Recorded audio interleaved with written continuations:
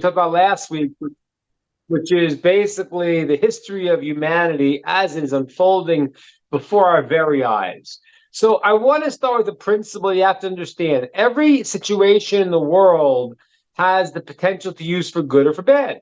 Okay? God puts us into a situation. He created a system, as it says in Ecclesiastes and Koheles, that there is a parallel reality where God sets up the world that you could choose good or choose evil.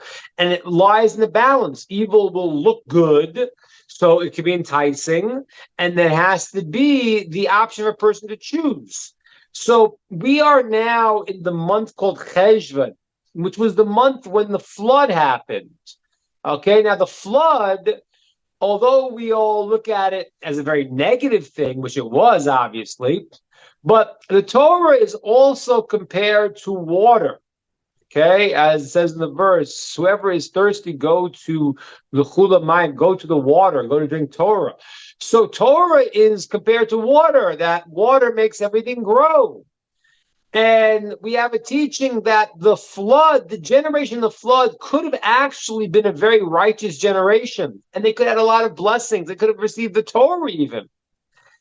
And as a matter of fact, when the rain first came down, it says the rain that God first brought in the flood was a rain of blessing, that it was a sign to the people, wake up, and if you do, it won't be a flood, it'll become rains of blessing.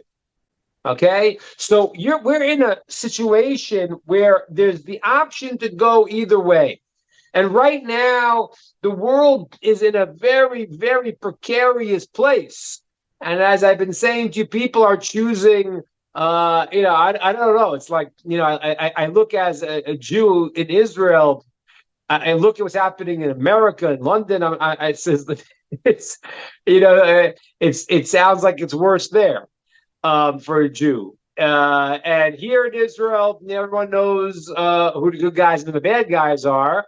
And it seems in outside in the world, people are a little bit confused who's who and what's what. So right now, we have to understand that how things play out right now, there's a potential that can go to the positive, and eventually everything will be for the positive for those who choose that way. But we're in that situation right now. This is that month of Cheshvan. Now, the month of Cheshvan, which is the month that we're in, and we're about to move into a new month this Tuesday. So the month of Cheshvan. So the sages say that most of the troubles of the Jews happened during this month. The month of Cheshvan is a tough month of decrees against Jews.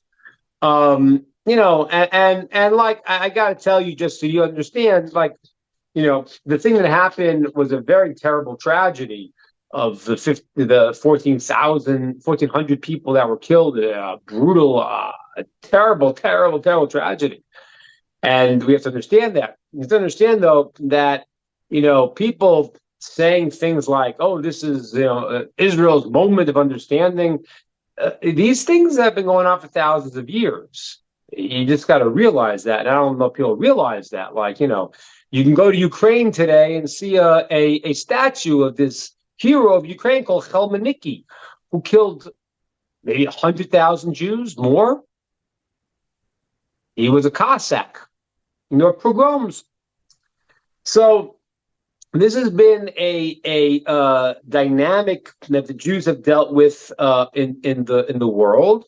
And we understand it. Those who read the Torah understand that God says that the history of the Jews will be a supernatural history. I forgot who it was. It was, I think it was Dostoevsky. It was somebody who was not a Jew lover, who the king asked him, how do you see God, the God in the world? Look at Jewish history. There's no way these people should be surviving. There's no way. And that's why our history does not go naturally. The Jews are either up or they're very pushed down and hated. And that's the persecution, which is discussed in the book of Devarim, in the book of Deuteronomy in great detail. So the month of Cheshvan, this month that we're leaving now has been a time where there has been a lot of problems for the Jews. And the sages say, well, the reason for that was the month that the kingdom of King David split. Because if you look at Jewish history, there was the split that King David was, the first king was Saul, then King Shaul, then was King David, then King Shlomo. King Shlomo was really supposed to be the Mashiach. He could have been the Mashiach if he merited. But when King Shlomo, Solomon's son, Rehoboam, became the king, the country split and it divided into the kingdom of the 10 tribes and the 2 tribes. And the south was called Judea, and the northern kingdom was the 10 tribes. And that split happened in this month of Cheshvan. So when the Jews are not united, that's not a good situation. I was surprised. I mentioned this to you before, but I just heard it wasn't a political commentator. Her name is Aya Hershey. Have you ever heard of her? She's a Muslim woman who escaped some torturous situations she was in. I forgot in whatever country she was in, and she's been a vocal opponent to radical, to violent Islamic ideas, and she said a very interesting thing. She didn't say it from a Jewish perspective, she said it from her perspective, as a commentator. She said, the Jews can't afford to have internal conflict because they have internal conflict. They can't put their eye on their enemy that surrounds them. So what was happening the past few months before this terrible massacre happened, the Jews started arguing about this whole thing with the Supreme Court. And it was really, there were some people getting nervous because Israel is becoming a religious country. And that's changing. So we got nervous about that, trying to put the Supreme Court, give them power, that they could make their own ideas, whatever it is. So she says that this internal divide, they weren't watching the enemy. And that Israel can't afford that. It's a very interesting and astute observation. It's true on a political level. On a spiritual level, it's something much deeper. On a spiritual level, when the Jews are united, then everything is good. And we all know that. A person has kids, he loves to see his kids getting along. When the kids are fighting, the parent's not happy. So when the Jewish people have unity, that brings the redemption. And the good news is right now is the people are very, very united. So that is the month of Cheshvan that we are exiting now. Okay, the month of Cheshvan, we're finishing it. It was a month that is precarious. There was a divide amongst the Jewish people. There are sometimes problems because of that. And God willing, it causes the Jews to reunite. It was a time of the flood when the world did not learn its lesson and persisted in its negative way of responding when God was giving them the opportunity to go and to see correctly. Now, from Cheshvan now, we're moving into a new month called Kislev. Okay, Kislev is coming up this week. Now, I want to talk about the month of Kislev a little bit. Because the month of Kislev is the month where the miracle of Hanukkah happens. Okay? And just to get the basic storyline, so the story of Hanukkah is what happened was the Greek philosophy spread out throughout the world, and the world welcomed it. It was a very different conquering than other nations because people were very backwards, and came along the Greeks who were these philosophers and had these interesting ideas, and people embraced their beliefs. And Hellenistic thinking, Greek thinking spread out throughout the world. So when Alexander the Great conquered the world, and he went and he conquered, he spread out. So he did fight wars, but the people then were quite happy to take on Greek belief, which was what their function was. They wanted people to become Greek-minded. Now, there was only one nation that was not happy to become Hellenistic, Greek, philosophical type of people. And can you guess who those people were? Those were the Jews. They were not interested in that. Now, I can't say all Jews, because that's the same thing you see today. You see me talking about, what Judaism is, and then you'll see guys like, I don't know, Mark Zuckerberg. What planet is he from? I don't know.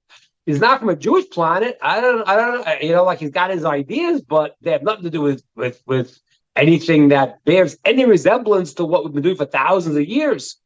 And so that existed always, where there were some people that, were on the fringe. And those people did want to bring in the Greek ideas. And they said, hey, these ideas are pretty interesting. Now, as opposed to what you may have heard, that Hanukkah is the holiday of tolerance, which is some kind of, I don't know where that one came from.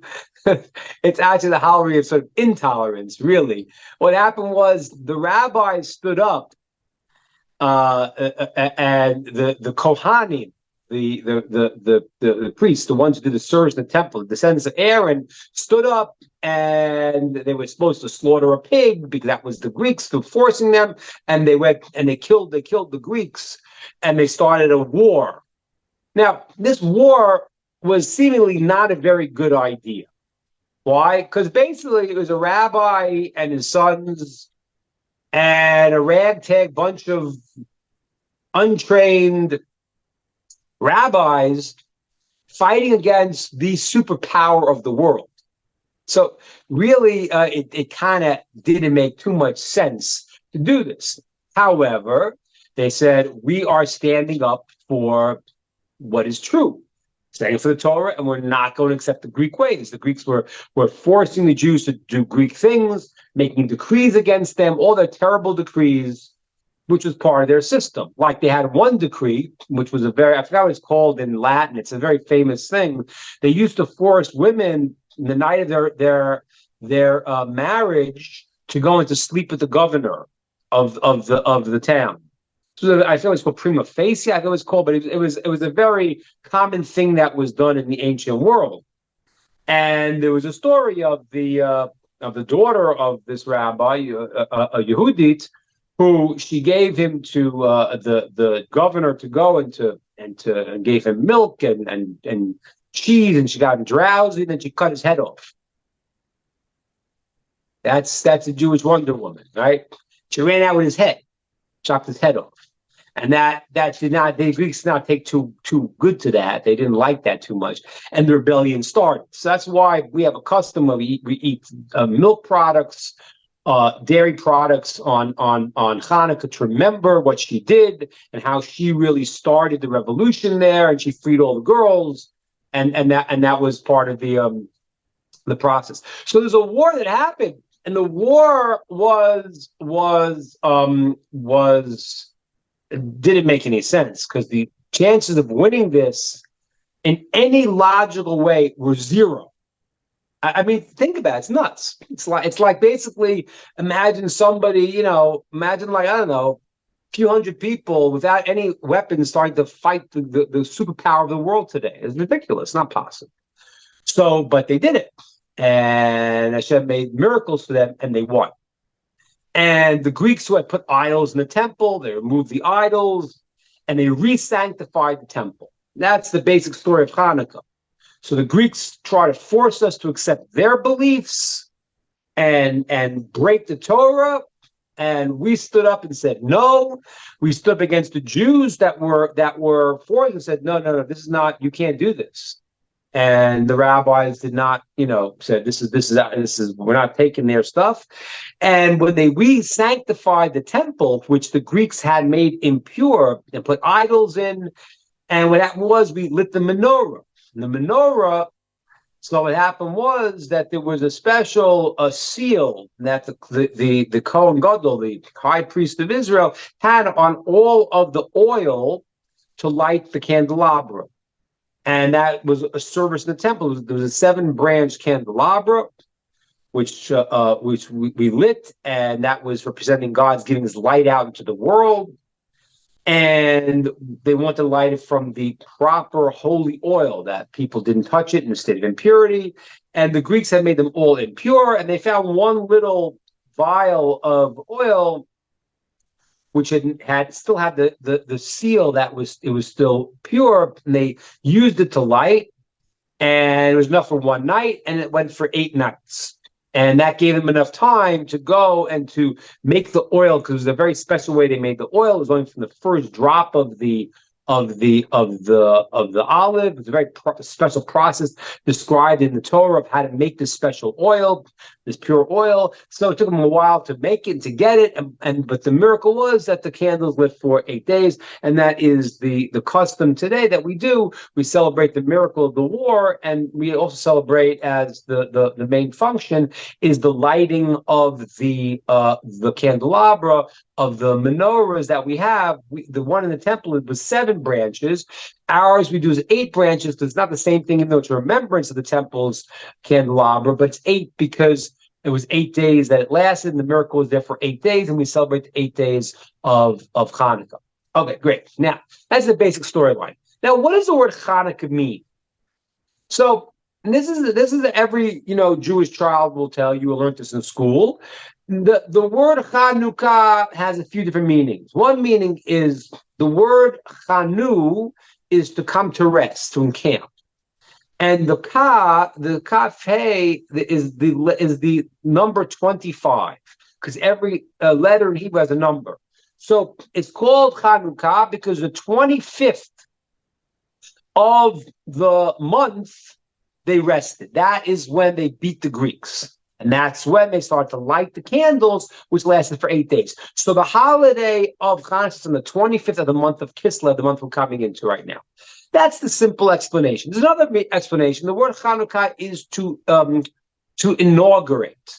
Like when we say in Hebrew, a child is educated, he's brought in, he's trained in the very beginning of his life. So it's called, he has a chinuch. A chinuch is an education, inauguration, how to act. So it's also called Chanukah because it was the re-inauguration of the temple, which the Greeks had taken over, and it made it impure and made the Jews not allowed to do the service in the temple. Now, that's the basics. I want to tell you something that is very, very deep. It's another reason why it's called Hanukkah, a not well-known reason that I'm sure even some of my other students are here who have not heard this, because it's not a well-known reason, but it's very relevant to our situation in the world today. Another reason why it's called Hanukkah, the inauguration, is because one of the commentaries say because it inaugurated the world. What does it mean, inaugurated the world? What happened was that when everyone saw that the Jewish people had a miraculous experience in beating the Greeks, at that moment, the world got it. The world got it. The world said, whoa, whoa, whoa. These are God's people, and don't mess with them. This is wrong. It was an inauguration in the world that became very clear to everyone. How is it possible? The rabbi and his ragtag bunch of rabbis are going to fight the superpower of the world and win? So the whole world got it, because the whole world had become Greeks. The whole world embraced the Greek Hellenistic view of the world, except for the Jews. We said, no, this is not it. This is not it. And it really isn't. I mean, and the truth is, if you want to know the deeper truth, the Greeks actually learned their wisdom from King Solomon. There are teachings that says that the Greeks used to come to learn King Solomon. King Solomon knew all the wisdoms. He knew the inner wisdom of the Torah and knew the external wisdom, the sciences. And the Jews wanted the internal wisdom. And the nations of the world want the external wisdom. And there are reports that we have from certain texts that they came to learn by King Solomon. And that's why there's certain theories that you could see they're based in deeper Jewish thinking. But they changed it, obviously. They made their own ideas, and to the point where it really has no bearing to the Jewish view. Because the the Greeks had their own idea. They put human beings as the center of the world. And Aristotle felt that Aristotle, by the way, did no experiments. You know that. You know why he did no experiments? Because he said, whatever my mind can understand, that's what's true. And whatever is not logical in my mind, that's not true, which is wrong. If you read Einstein, you learn any quantum physics, it doesn't make any sense. So Aristotle and the Greeks put human beings, that's why it's called humanism. They put human beings, that's why their gods are in the form of human beings, because they said that we are the center and our mind dictates everything. And they didn't have a superior mind to understand what the Jewish mind said, which is, what does God say? Which, by the way, is why we like the menorah, because the menorah, the 7 candelabras, represent the 7 wisdoms of the world. But the wisdoms of the world are only wisdoms to understand what God is giving you. If you understand your world, great. You're going to have your ideas. It's like, if you look at every single self-help book, if you're old enough to know that the self-help books when you were 20 are considered to be rubbish today. That was stupid. Dr. Spock, he's a child abuser. What do you mean? I did all Dr. Spock stuff for my kids. That's what we were told. I don't know. But you can't do that today. It's no good. So everyone makes it their ideas. And their ideas last for, I don't know, a few years. And everyone says, that's not a great idea, because it's limited to whatever the person could conceive. So the Greeks wanted to make everyone Greeks, and the Jews said, no, this is not what we're doing. And when the world saw this miracle, the whole world got it. They said, this is God's people. It doesn't make any sense. Now, that's an amazing idea. It's also called Hanukkah because it inaugurated the world to the truth. Now, but there's a question on this. I mean, Abraham already started this revolution 1,000 years before. We already had the story of if you read in the book of Daniel, the miracles that happened where King Nebuchadnezzar, right, he said that this is the God of all gods. Nebuchadnezzar, when he tried to kill Daniel, his friends, he threw them into the fire and they got burnt. And afterwards, when they put Daniel into the lion's den, he got saved. So that was Koresh. That was his Darius. That was afterwards. It was a Persian king. But during times of the Babylonians, the Persians, they also saw the miracles. They were afraid to fight against the Jews because they knew the miracles God did for them. So it's very hard for me to understand, why is it that the conquering of the Greeks that inaugurated the world to understand this is God's people, and don't mess with them. So I like to say the following answer, I think is makes sense. When you read the story in Daniel about Nebuchadnezzar, the king of Babylon, when he saw the miracles, he saw Daniel interpreting the dream, and when he saw the miracles of he threw Daniel's friends into the fire, they wouldn't bow down to the idol, and they got saved. When he saw these miracles, what he said was, I know he wanted to actually bring a tribute to Daniel. And Daniel said, no, don't make me a god. And he said, no, don't worry. I know your God is the God of gods. So what does that mean? It means the world was still primitive. So they saw that, yes, this is the God of the Jews. Well, this is the God of gods. But they had a primitive way of thinking. What the Greeks did was that it took a world people were barbarians, people were backwards, and it gave the world a certain philosophical understanding. Not a correct one, but something where there was some culture.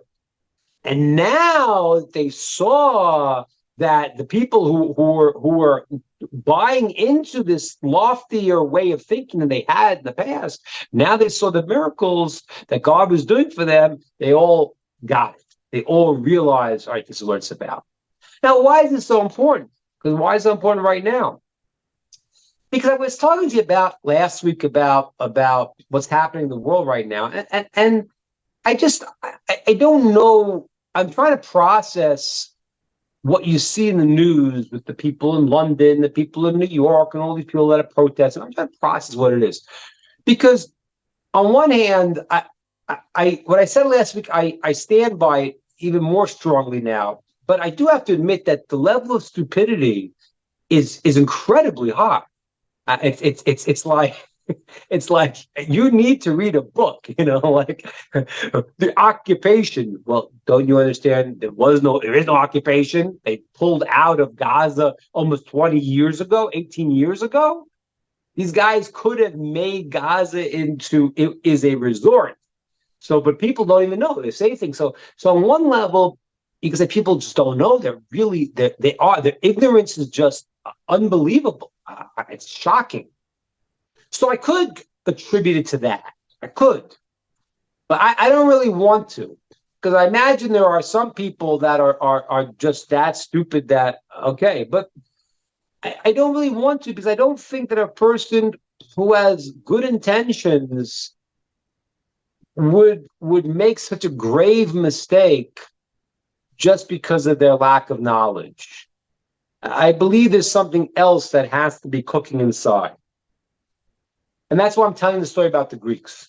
Because the Greeks, when this happened, the world understood. The world does understand.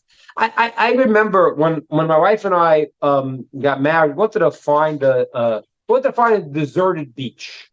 That's the place we can go on the beach. There'd be no one else there. We went to this place called the Seychelles Islands. And nobody had seen a Jew before. They never saw a Jew. It was incredible. Crazy stories I have there. They were following me. People were like literally following me all the time. You're Jewish? Wow. Tell me. It was really crazy. So anyway, so I said, well, what do you know about Jews? So they go, they never saw a Jew before. And they go, we know two things. They're smart and they're God's chosen people. That was pretty interesting. They never saw a Jew before, and that's what they thought. It's very fascinating. I mean, I always tell. I had these crazy stories where I think I told you this, but it was just bizarre. I literally got off the airport. Those who haven't heard the story, I'll tell you. I got off the airport, and my wife and I are walking, to our bed and breakfast. And my wife says to me, "There's this guy that's following us." And I said, "No, you're imagining it. Telling these guys don't follow us. It's from the airport." So I said, "Okay, hang a left. That guy hangs left too." So I say, hang a right. Like I hangs a right too. I turn, I go, what do you want? He goes, are you Israelites, the chosen people? And I go, yeah. He goes, oh my God, I never met one. He starts freaking out. The guy, what he was doing was he came visiting us all the time. He came on Saturday on Shabbat, and we had to bring our own food. So we brought cans of tuna. We brought things. So he walks in and goes, "Is this traditional Jewish food?" I go, "No, just Starkist. Take it easy, relax. You're out of control." But this guy was following, and this happened every place we went to. We went to the bed and breakfast we went to. We walked in to the bed and breakfast. Guy sees me. He sees that wearing a kippah, and he says to me. He says, "Are you a Jew?" I go, "Oh, God, again. So he goes, "I gotta tell you, I have been excommunicated from this island. The preacher excommunicated this guy in the bed and breakfast we're staying in." I said, "Why did he excommunicate you?" He goes, "Because I ask a lot of questions." And he said I asked too many questions and he excommunicated me.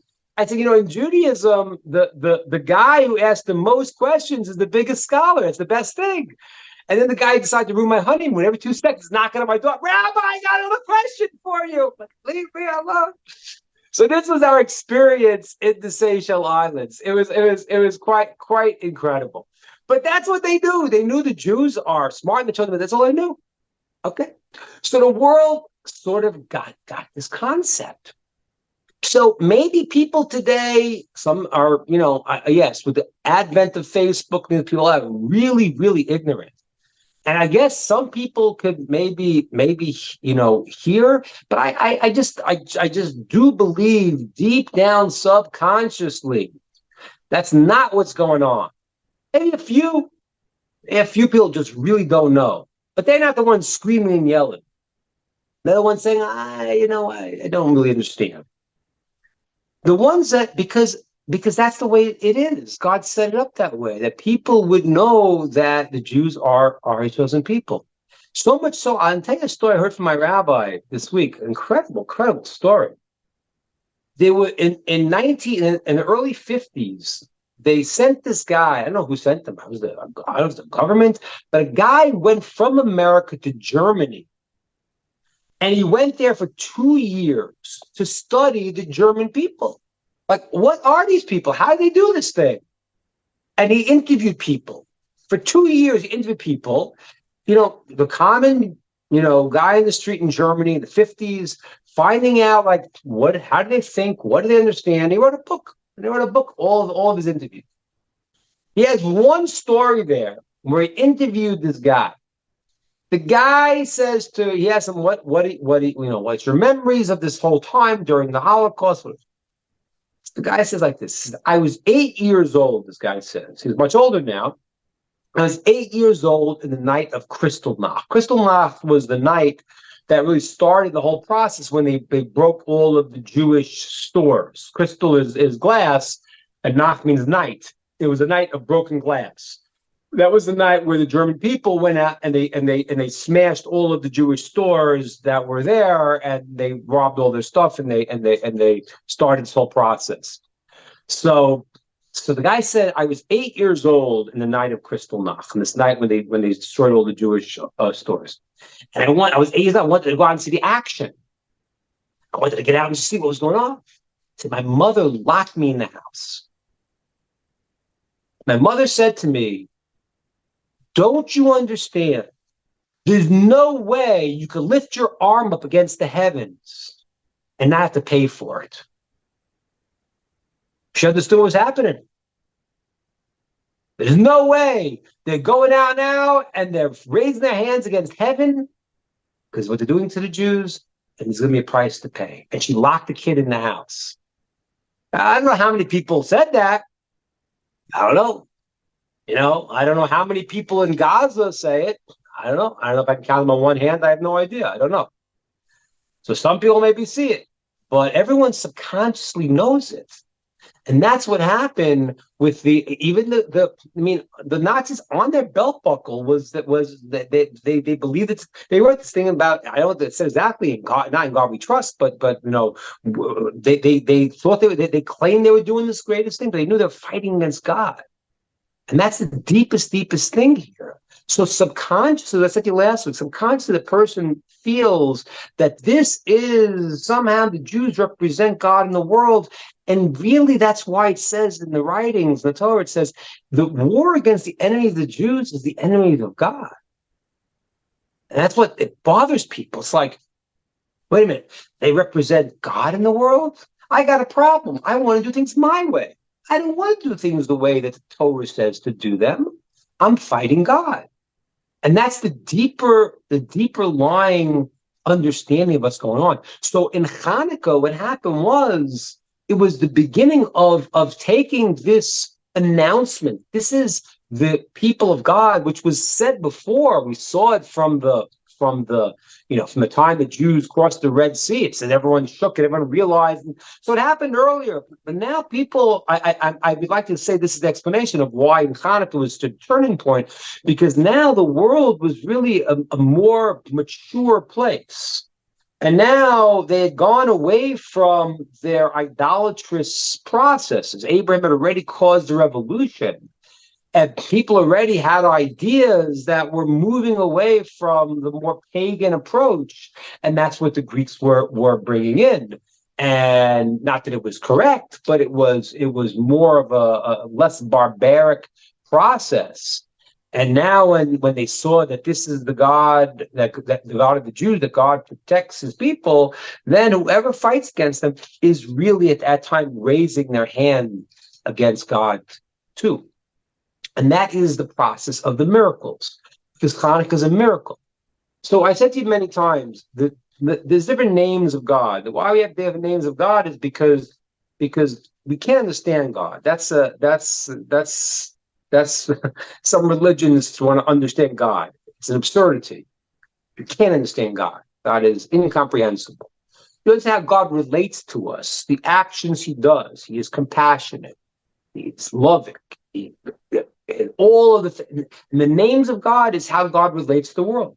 There's one named Elohim, which is the name of God, how he runs the world. And that's why that name is the numerical value of nature, Hateva. Because if you look at nature, you could think, oh, it's nature, it happens on its own. You can see God is running that. So people get lost in nature, okay, which is why also the Hebrew word nature, Teva, is the same word as litboa, to drown.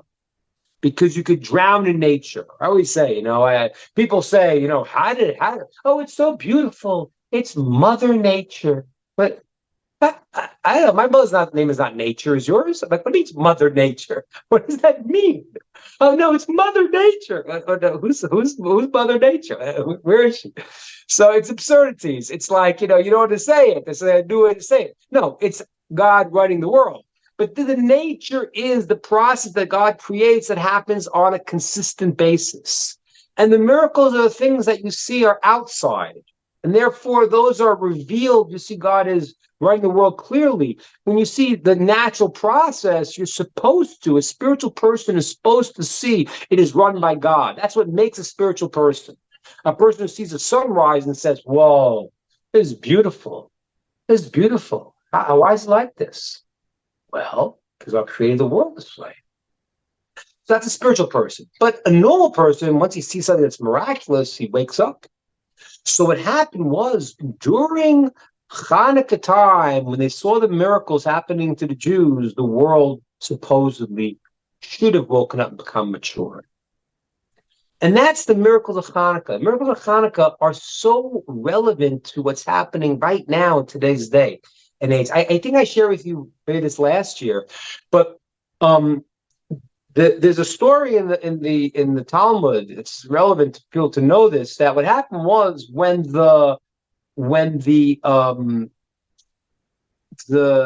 Adam ate from the tree of knowledge of good and evil, God said he was going to die. And he didn't know how he was going to die. And what happened was the days started getting shorter and shorter because the world began on Rosh Hashanah, which is in Tishrei, that's September time, from October, that fall season.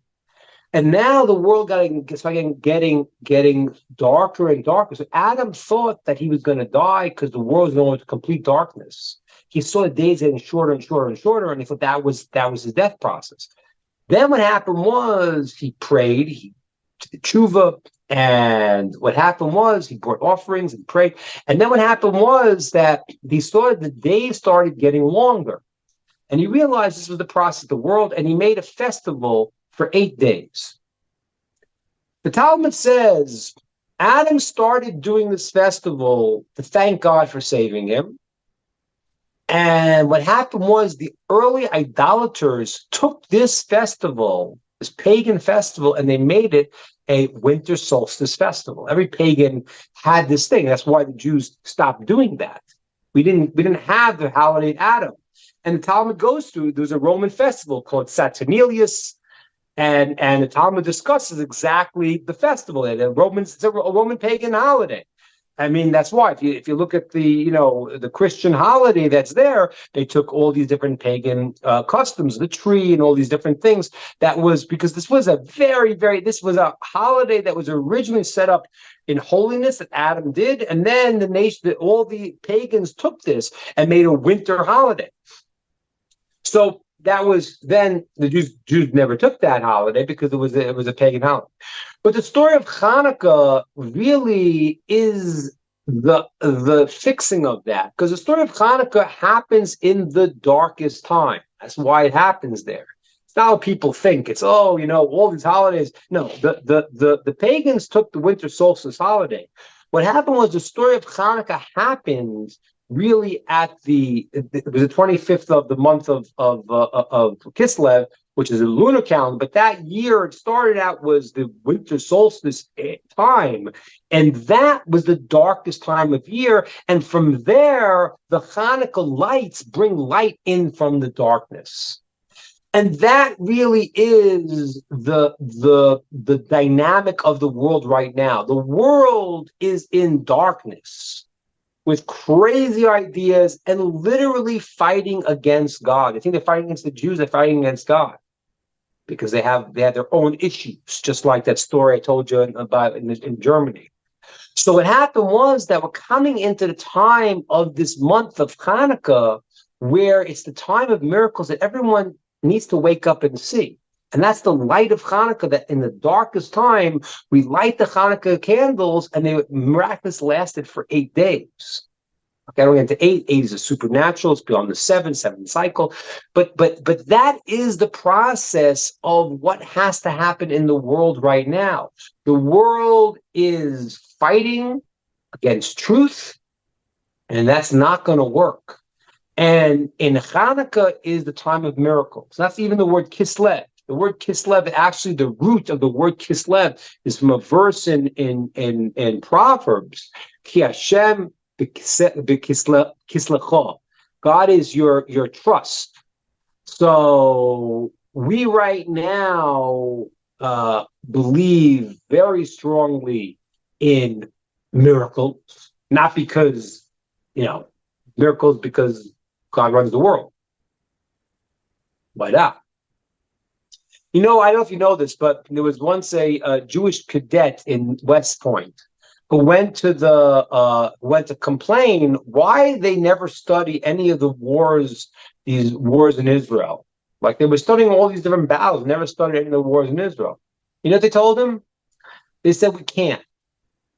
Because they know none of them make any sense. You never should have won any of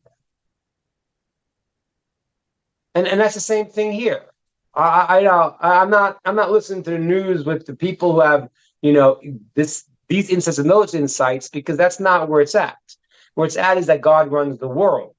And the month of Kislev is the month already where we saw the miracles of Hanukkah in the darkness, and where we put our trust in Hashem, who runs the world, and we are not bound by the natural processes that he put in, and he can do as he wants and when he wants. And therefore, that is what is going on today in the world, literally. As it says, in the end of days, when the nations want to gather against Israel, it's crazy, literally playing out. Like it talks about in the book of Yechezkel, Ezekiel, how the people line up together that should not be together. They share no values together. You see people protesting for the Palestinians, like, these sides, queers for Palestine. It's like the funniest thing in the world. Like, if they came to Palestine, they could throw off a roof. Like, don't you understand what you're saying? Like, this is bizarre. The bizarre alignments that are going on right now are crazy. But they all have one thing in common. They have a certain hatred for the Jews, which I'm telling you is rooted in a problem with God. And that's the deepest part. So those who love and appreciate that the Jews have to be a light unto nations, I'm certainly not saying the Jews have been perfect, because that's the real story. The real story is for us to get ourselves together and to act in the ideal way. So, but, like I said to you before, it's like the Jews that you see are not the ones that you need to see.